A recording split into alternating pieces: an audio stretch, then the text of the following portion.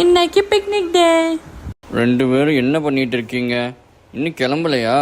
நீங்கள் எப்போ ரெடி ஆகுறது, நம்ம எப்போ கிளம்புறது?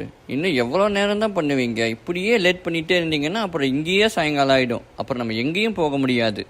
என்னங்க இப்போ உங்களுக்கு எதுக்கு இப்படி கத்திட்டே இருக்கீங்க?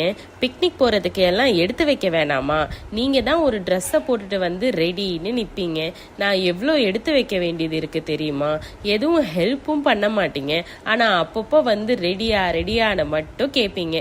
பேசாமல் அங்கே நில்லுங்க. நாங்கள்லாம் ரெடி தான், திங்ஸ்லாம் எடுத்து வச்சுட்டு இருக்கோம். மாயா தான் எனக்கு ஹெல்ப் பண்ணிட்டு இருக்கா. இதோ இப்போ கிளம்பிடலாம். அம்மா, நீங்கள் சொன்னது எல்லாத்தையும் எடுத்து வச்சுட்டேம்மா.